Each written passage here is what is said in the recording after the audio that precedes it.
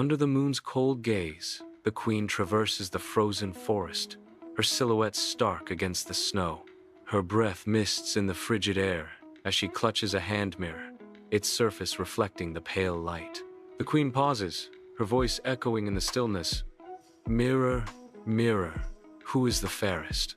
The mirror shows her a distorted reflection, hinting at the obsession that takes root. The snow crunches softly beneath her boots, each step deeper into the forest's icy embrace. She continues her lonely journey, the mirror a constant companion in the desolate landscape. Time advances, years etched into the royal chambers, where the queen's desperation sharpens her regal air. The magic mirror reveals the truth. Snow White is 1,000 times fairer. Unaware, Snow White tends to vibrant flowers, her youth a stark contrast to the queen's growing envy. The queen's composure shatters, replaced by a chilling rage that darkens the royal chamber. The queen's fury transforms her countenance, her eyes reflecting the dark storm gathering within. In the heart of the dark forest, the queen's command hangs heavy as she directs the huntsman to lead Snow White into the shadows. Snow White, her eyes wide with terror, clasps her hands in a desperate plea as she is led towards the ominous woods. The huntsman, his face a canvas of inner conflict, guides her deeper, each step amplifying the palpable dread in the air. The glint of steel pierces the forest gloom as the huntsman raises his dagger, ready to strike. But Snow White's tears break through his resolve. "Please, don't. I beg you." In a secluded forest clearing, the huntsman sets Snow White free, commanding her to escape. Snow White, gripped by terror, turns and flees into the dense, unforgiving forest. Each snapping branch and rustling leaf magnifies her growing fear as she plunges deeper into the woods. Her breath hitches in ragged gasps as she blindly navigates the tangled undergrowth, each step fueled by desperation. She stumbles, her body falling forward as her strength begins to wane, the forest closing in around her. As twilight descends, Snow White, weary and alone, stumbles upon a quaint cottage. The cottage windows glow with a warm light, promising sanctuary from the encroaching darkness. Hesitation flickers across Snow White's face as she reaches for the door, her hope mingled with trepidation. With a deep breath, Snow White pushes open the door, stepping into the unknown. Snow White cautiously enters the dwarf's cottage, her eyes widening at the sight of the miniature dwelling. 7 tiny beds lined up neatly capture her attention, a testament to the unseen inhabitants. She approaches a table set with 7 small plates of food, her hunger piqued by the aroma. With a gentle touch and whispered apologies, she eats a small portion from each plate. Exhaustion washes over her, leading her to stumble towards the inviting beds. Unable to resist any longer, she collapses onto one of the beds and quickly falls into a deep sleep. The 7 dwarfs trudge wearily toward their cottage, their long day of gem mining finally at an end. But as they enter, a sight stops them dead in their tracks. Snow White, serenely asleep. Grumpy, dark, sleepy, happy, bashful, sneezy, and dopey exchange wary glances, their faces a mixture of shock and disbelief. The air crackles with unspoken questions as the dwarfs struggle to comprehend the stunning vision before them.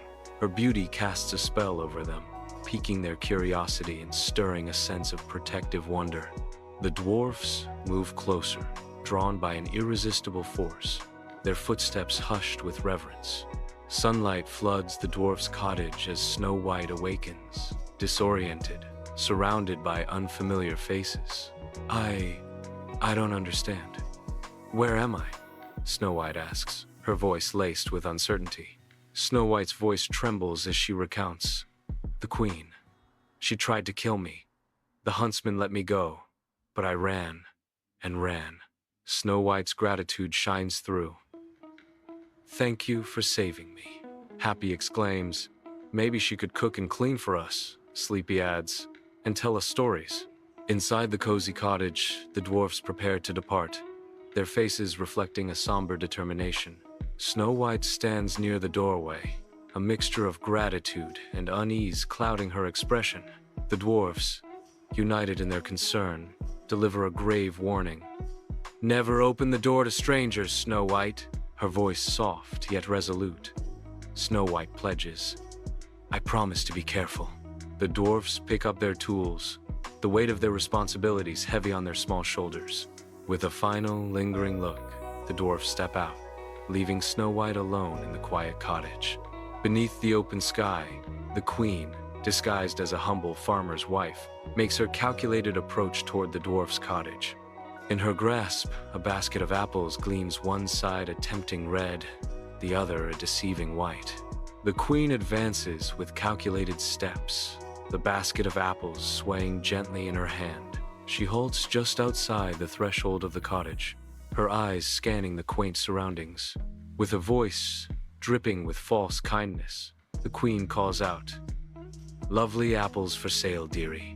Her words hang in the air, a sweet-sounding trap laid for unsuspecting ears. Snow White enters the dwarf's cozy cottage, her eyes filled with a mix of fear and curiosity. The queen stands before her, offering an apple with a disarming smile. The queen bites into the apple, assuring Snow White of its safety. Hesitantly, Snow White takes a bite of the forbidden fruit. Her eyes widen in horror as the poison takes hold. She collapses to the floor, the poisoned apple rolling away. The dwarfs return, their faces betraying deep worry and mounting dread. A wave of horror washes over them as they discover Snow White lying lifeless on the forest floor. Consumed by sorrow, they kneel beside Snow White, their silent sobs shaking their weary frames.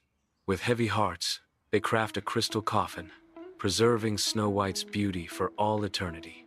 Time stands still on the mountainside, as Snow White slumbers eternally in her crystal coffin. The dwarfs maintain their silent vigil, guardians of her peaceful repose. A prince appears, drawn by Snow White's ethereal beauty. The prince approaches the dwarfs, his gaze transfixed on the sleeping princess. He pleads with the dwarfs, "Please, let me take her. I promise her a royal resting place."